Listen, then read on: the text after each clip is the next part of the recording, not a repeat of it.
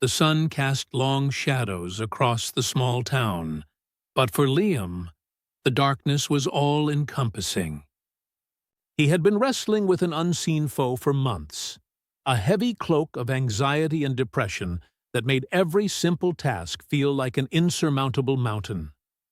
He kept his struggles hidden, fearing the whispers and judgments of a society that often saw mental illness as a weakness rather than a sickness. This was his Stigma, the silent weight of his own shame and the perceived stigma of others.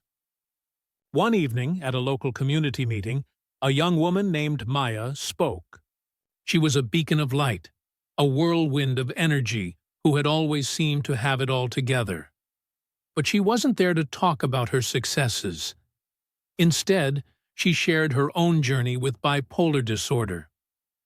A story of soaring highs and crushing lows, of lonely battles fought in the quiet of her own mind. Her voice, though trembling at first, grew stronger with each word. For too long, we've suffered in silence. The stigma around mental health is a cage we built ourselves, and only together can we tear it down.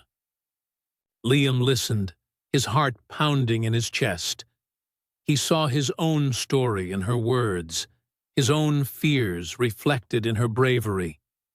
After the meeting, he found her, and with a shaky voice, he said, "Thank you. What you said, it meant a lot." Maya smiled warmly, a genuine understanding in her eyes. They began to meet for coffee, sharing their stories not as patients or victims, but as two people on a journey to healing. They discovered they weren't alone. Others in the community, inspired by Maya's speech, started reaching out. A support group was formed, a small circle of chairs in a quiet church basement, where stories were shared without judgment.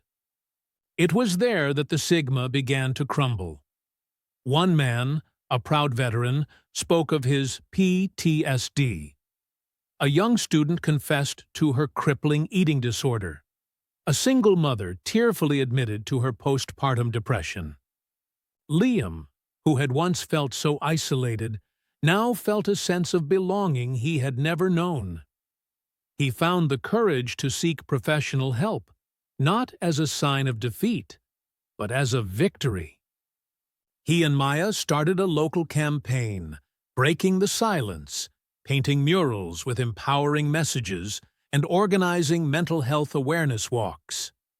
The town, once so quiet on this topic, was now a chorus of voices, loud and clear. The journey was not without its struggles. There were relapses and bad days, but they were no longer faced alone. The community had learned to lean on each other, to see past the facade and into the heart of a person's pain.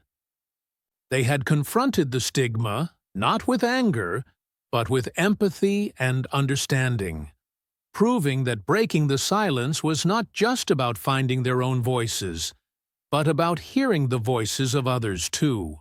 And in doing so, they found a new kind of freedom, the freedom to be vulnerable, to be human, and to be healed together.